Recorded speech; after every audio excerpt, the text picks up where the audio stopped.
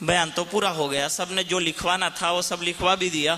اس کے بعد جو ہے جب مجلس میں پہنچے تو یہ جتنے پروفیسر حضرات علماء تھے انہوں نے کہا کہ آپ نے جو ہے یہ سب اتنا علم اور حکمت ان کے سامنے اگل دیا، تو یہ کچھ سمجھے بھی ہیں یا نہیں سمجھے ہیں؟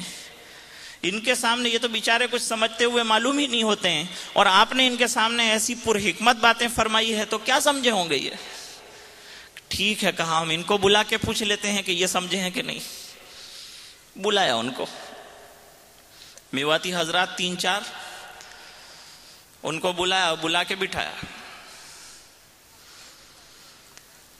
کہا کیوں بلوایا مولوی الیاس؟ کہا آج جو بیان ہوا ہے ابھی تھوڑی دیر پہلے وہ تمہیں سمجھ میں آیا؟ کہا الحمدللہ بہت سمجھ میں آیا ہے۔ کہا اچھا بتاؤ کیا سمجھ میں آیا؟ کہا یوں سمجھ میں آوے ہے ہمارے کہ 2 چلے دینا ہے، 3 چلے دینا ہے، 4 مہینے ہم کو نکلنا ہے، یہ بات ہم کو تیرے بیان سے سمجھ میں آوے۔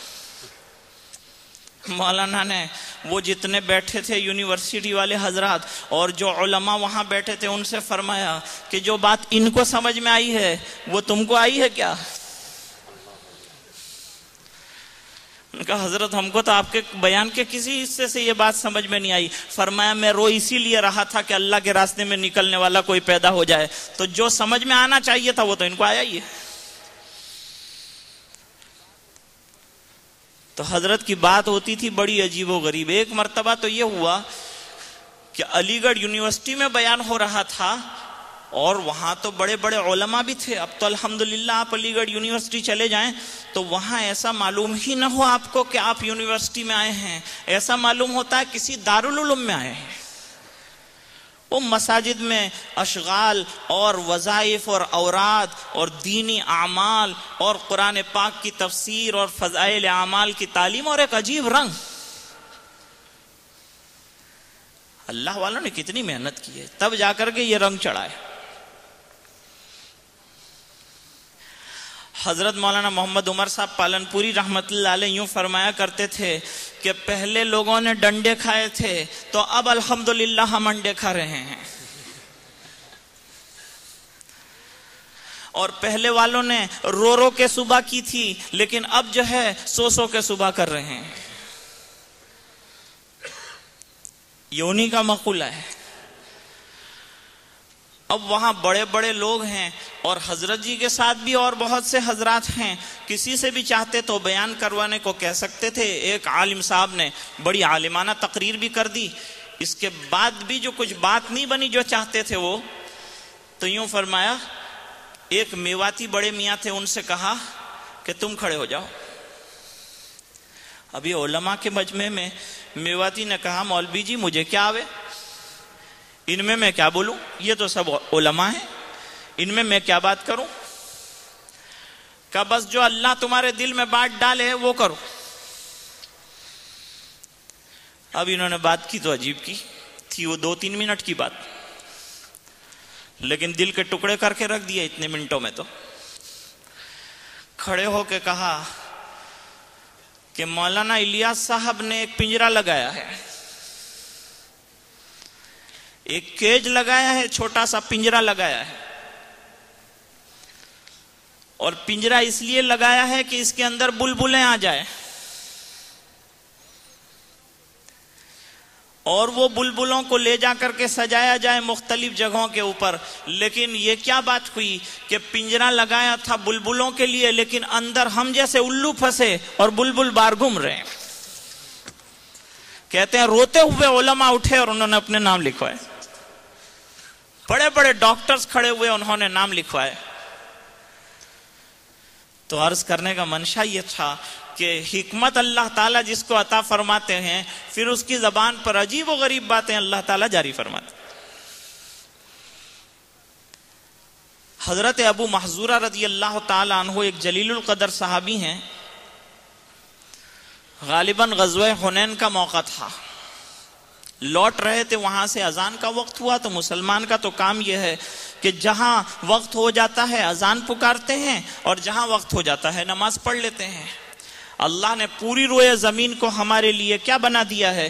مسجد بنا دیا ہے، اور طہارت کے حاصل کرنے کا پانی نہ ہو تو ذریعہ بنا دیا ہے۔ طہارت مختلف چیزوں سے حاصل ہوتی ہے، اور مٹی میں بھی ایسی جراثیم اور ایسی چیزیں اللہ تعالیٰ نے کیمیکلز رکھے ہیں کہ اگر ہمارے کسی برتن میں منہ ڈال دے تو یوں فرمایا مٹی سے اس کو جو ہے آپ ایک مرتبہ دھوئیں گے تو جتنے اندر کے جراثیم ہیں جو مضر ہو سکتے ہیں وہ تمام کے تمام یہ جراثیم اس کو کھا جائیں گے، اس لیے اس کے ساتھ دھونے کا حکم فرمایا۔ اذان کا حکم دیا تو حضرت بلال رضی اللہ تعالیٰ عنہ نے اذان پکارنا شروع کیا، تو یہ بچوں کی ضروریت تو ہر جگہ ہوتی ہی ہے، جیسے کہ یہاں بھی ہے، ان کو سمجھانا بڑا مشکل ہے۔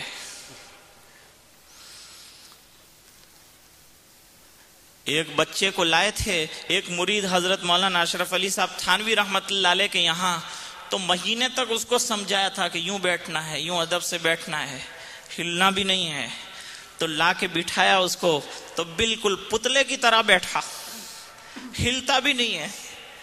اب حضرت کہیں کان کھینچتے ہیں، کہیں ٹوپی اٹھا کے اس کی رکھتے ہیں دوبارہ، لیکن وہ ہلتا ہی نہیں اللہ کا بندہ۔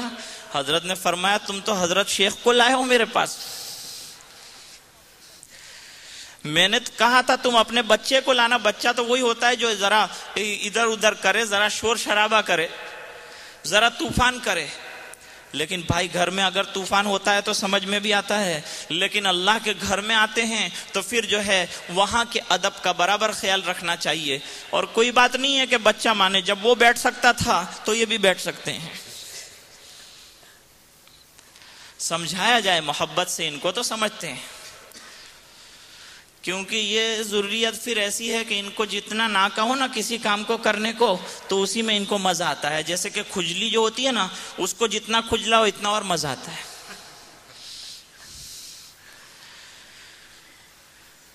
بہرحال وہاں بچے تھے چھوٹے، اس میں جو ذرا بڑی عمر کے تھے ابو محذورہ، یہ جو قریب البلوغ تھے، ذرا سمجھ اچھی تھی، تو یہ بھی اذان کی نقل کرنے لگے۔ اب شور ہو گیا تو حضور پاک صلی اللہ علیہ وسلم نے فرمائی کون شور کر رہے ہیں؟ کہ حضرت یہ بچے شور کا، پکڑ کے لاؤ ان کو۔ سب بھاگ گئے چھوٹے بچے، اور ایک ابو محذورہ ہاتھ میں آ گئے، لا کے کھڑا کر دیا حضور پاک صلی اللہ علیہ وسلم کے سامنے۔ تم نقل کر رہے تھے نا اذان کی؟ اب آپ صلی اللہ علیہ وسلم کا پررعب چہرہ، اور آپ کے تو رعب کا اثر یہ ہے کہ 2 ماہ کی مسافت پر آدمی جا رہا ہو تو وہ آپ کے رعب سے مرعوب ہوتا ہے، پانی پانی ہوتا ہے۔ آپ صلی اللہ علیہ وسلم نے فرمایا کہ مجھے 1 مہینہ کی مسافت کے اوپر، مسیرت شہرین فرمایا، 1 مہینے کی مسافت تک کی دوری پر گویا میرا رعب جو ہے وہ رہتا ہے، وہاں سے گزرنے والے کے اوپر بھی اس کا اثر پڑتا ہے۔ جب غلامان محمد کا حال یہ ہے کہ حضرت عمر کا نام سن کے بیچارہ وہاں قیصر و کسریٰ اپنے تاج و تخت کے اندر پریشان رہتے تھے۔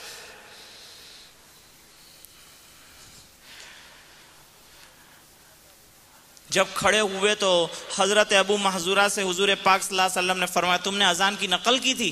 کہا جی۔ کرو، دوبارہ کرو نقل۔ اب انہوں نے نقل کرنا شروع کیا، اللہ اکبر اللہ اکبر۔ تو اللہ کو تو مانتے تھے وہ لوگ، یہ تو صاحب لسان ہے نا، عربی لوگ جو ہیں وہ تو اپنی زبان کو اچھی طرح سمجھتے ہیں۔ اب یہاں سے بیچارہ ایک عرب پہنچا، اور وہاں پہنچنے کے بعد اس کو گیہوں کے آٹے کی ضرورت پیش آئی۔